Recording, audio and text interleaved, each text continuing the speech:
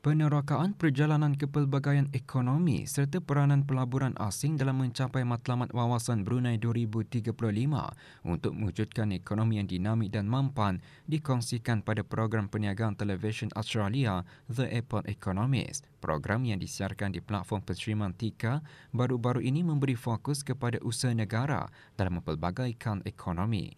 Episod bertajuk The Great Transformation of Brunei antara lain menampilkan temu bual bersama Menteri di Jabatan Perdana Menteri dan Menteri Kewangan dan Ekonomi kedua selaku pengerusi Lembaga Kemajuan Ekonomi Brunei LKEB. Semasa temu bual, Yang Berhormat Datuk Seri Setia Dr. Awang Haji Muhammad Amiliu bin Abdullah antara lain menggariskan agenda kepelbagaian ekonomi menerusi Pelan Induk Ekonomi Negara dan 5 sektor keutamaan iaitu hiliran minyak dan gas, makanan, perkhidmatan, pelancongan dan ICT. Tuan Yang Terutama Luke Arnold, Pesuruhjaya Tinggi Australia ke negara ini selaku rakan sokongan untuk episod ini menyatakan program tersebut menyediakan pandangan yang bernilai mengenai konteks ekonomi Brunei dan peluang yang berpotensi untuk pelabur asing. Pelancaran episod juga bertepatan dengan peningkatan hubungan duhala antara negara Brunei Darussalam dan Australia kepada perkongsian komprehensif tahun lalu serta pelancaran strategi ekonomi Asia Tenggara Australia 2040.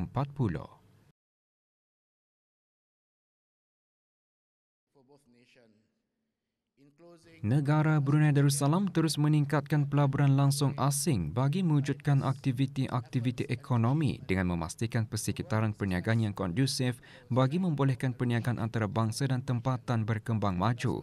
Antara sektor yang berpotensi menurut Menteri Sumber-Sumber Utama dan Pelancongan ialah sektor pelancongan. Berucap pada acara tahunan Persatuan Perniagaan Perancis Brunei FBBA, Yang Berhormat Datuk Seri Setia Dr. Awang Haji Abdul Manaf bin Haji Matusin menjelaskan kerjasama FBBA boleh meningkatkan potensi pelancongan di samping memastikan pertumbuhan mampan dan menghargai nilai semula jadi dan budaya masing-masing. Sejak penubuhannya, FBBA memainkan peranan penting dalam memupuk persefahaman bersama dan mewujudkan ruang bagi kerjasama rapat.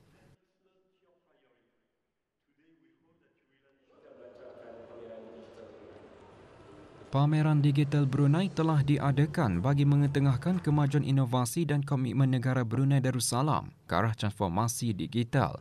Perasmiannya disempurnakan oleh Yang Berhormat Pengiran Datuk Seri Setia Syamhari bin Pengiran Datuk Paduka Haji Mustafa, Menteri Pengangkutan dan Infokomunikasi. Terdahulu dalam ucapan pada Majlis Resepsi Anugerah Apikta 2024, Awang Haji Muhammad Nazri bin Haji Muhammad Yusof, Setiausaha Tetap Kementerian Pengangkutan dan Infokomunikasi berkata, Anugerah Apikta menjadi simbol kecemerlangan, pengiktirafan kreativiti, semangat dan kerja keras profesional ICT, pengusaha dan organisasi di rantau ini. 35 peserta yang mengikuti projek konsultan pakar beras hybrid di negara Brunei Darussalam telah menerima sijil pada majlis penutupan rasmi. Kursus merupakan kerjasama berterusan antara negara Brunei Darussalam dan Republik Rakyat China dalam bidang penanaman padi bagi meningkatkan pengeluaran hasil padi dan beras negara melalui peningkatan produktiviti padi di negara Brunei Darussalam. Projek dianjurkan bersama oleh Jabatan Pertanian dan Agri Makanan dan Yuan Longping High-Tech Agriculture dengan sokongan daripada Kementerian Perdagangan Republik Rakyat China. Penyampaian sijil disempurnakan oleh Tuan Terutama Xiao Jianguo, Duta Besar Istimewa dan Mutlak Republik Rakyat China ke negara ini dan Dayang Hajah Tutiati binti Haji Abdul Wahab, Setiausaha Tetap Kementerian Sumber-Sumber Utama dan Pelancongan. Peserta terdiri daripada pegawai dan kaki tangan Jabatan Pertanian dan Agri Makanan, Universiti Brunei Darussalam dan Universiti Teknologi Brunei dan peladang-peladang padi tempatan. Di sepanjang latihan ini, kami peserta telah diperkenalkan dengan pelbagai pengalaman, prinsip saintifik dan juga teknik dalam padi hybrid yang telah diambil dari ilmu Yuan Longping. Jepun telah memperkenalkan langkah pengecualian visa untuk warga Brunei Darussalam untuk tempoh penginapan tidak melebihi 30 hari untuk penginapan jangka pendek. Kedutaan Jepun di negara Brunei Darussalam dan Jabatan Kemajuan Pelancongan Kementerian Sumber-Sumber Utama dan Pelancongan telah mengadakan majlis resepsi bagi mengalu-alukan pelanjutan pengecualian visa antara Jepun dan negara Brunei Darussalam dengan ketibaan pelancong dari Jepun berada di lapangan terbang antarabangsa Brunei bagi mengalu-alukan ketibaan pelancong dari Jepun. Tuan Terutama Maeda Toru, Duta Besar Ismail dan Mutlak Jepun ke negara ini dan Dayang Salina Haji Ahmad Saleh, Pemangku Pengarah Jabatan Kemajuan Pelancongan. Usaha mengembangmajukan sosioekonomi dan meningkatkan lagi penglibatan dan kesepaduan masyarakat daerah Temburong dimeriahkan dengan program Ketemburong Bisai edisi Borneo Bike Gathering dikendalikan oleh MPK dan MPM, Persatuan Motosikal Temburong dan Temburong Pedalers dengan kerjasama Jabatan Daerah Temburong yang diadakan di kawasan Pekan Bangar sebagai inisiatif pengusaha-pengusaha kecil dan sederhana untuk menjana pendapatan. Program secara tidak langsung meningkatkan pelibatan seluruh masyarakat di daerah Temburong serta mempromosikan produk penduduk kampung. Banyak aktiviti-aktiviti yang akan diadakan seperti tarik kalat santai, larian 9 to 4, fun night ride, convoy ride dan juga sebagainya untuk memberi sokongan dan motivasi kepada pengusaha-pengusaha tempatan kita ni sambil berbelanja di negara sendiri.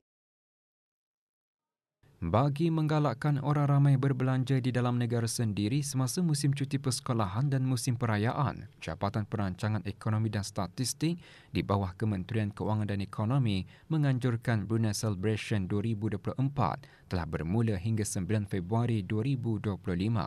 Acara tahunan tersebut antara lain bertujuan mempromosi produk dan perkhidmatan pada peniaga melalui potongan harga dan diskaun yang menarik. Brunei Celebration adalah inisiatif penting dalam merangsang ekonomi, menggalakkan perbelanjaan dalam negara dan mempamerkan kepelbagaian tawaran yang terdapat di negara ini.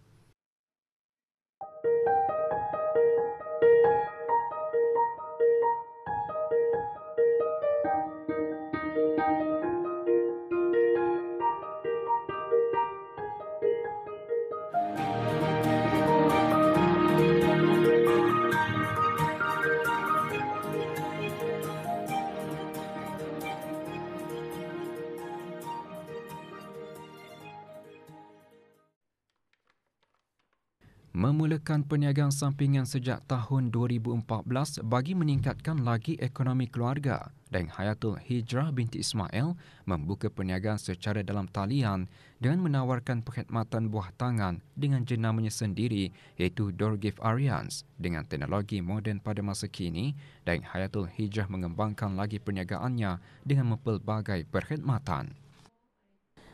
Sebelum membuat Doorgift Aryan ini, saya ada membuat bisnes kecil-kecilan yang mana pada masa tu belum tahu apa-apalah, kira baru tahu yang diri ni minat macam membuat desain-desain apa itu ini.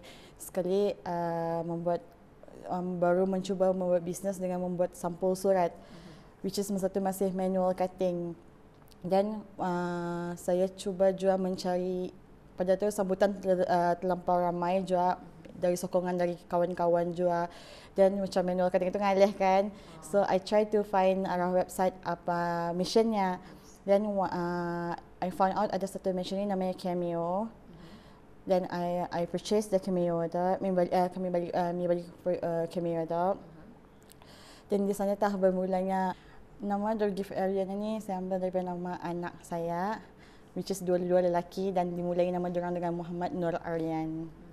Tempahan boleh dibuat melalui talian WhatsApp. Pelanggan boleh juga melalui Instagram Doorgift Aryans untuk melihat contoh buah tangan yang diinginkan atau bajet pelanggan. Kebiasaannya, Doorgift Aryans memerlukan 2 minggu sebelum tempahan bagi tempahan yang biasa dan 2 hingga 3 bulan bagi pelanggan yang membuat customized order, terutama sekali bagi jumlah yang banyak.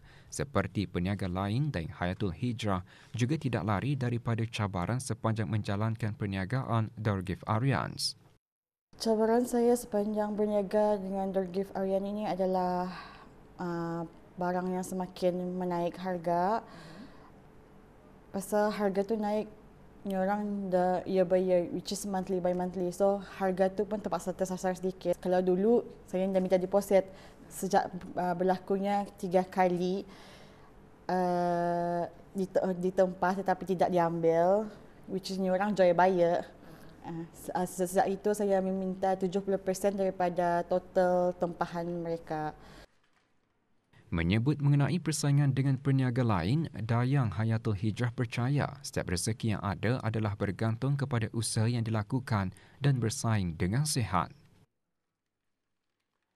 Alhamdulillah pada masa ni saya tengok banyak sudah anak bunda banyak berkecebungan dalam dunia bisnes. Pemandangan pekerjaan pun susah mencari masa ni. Alhamdulillah ada kemajuan. So kita ni sebagai lokal support lokal saja. InsyaAllah perancangan akan datang kalau ada rezeki lebih, why not untuk satu hari kami boleh lagi sukses, akan membuka showroom, mini showroom ke atau membuka kedai untuk yang mana lagi mudah untuk pelanggan menempah dan datang dapat walk-in.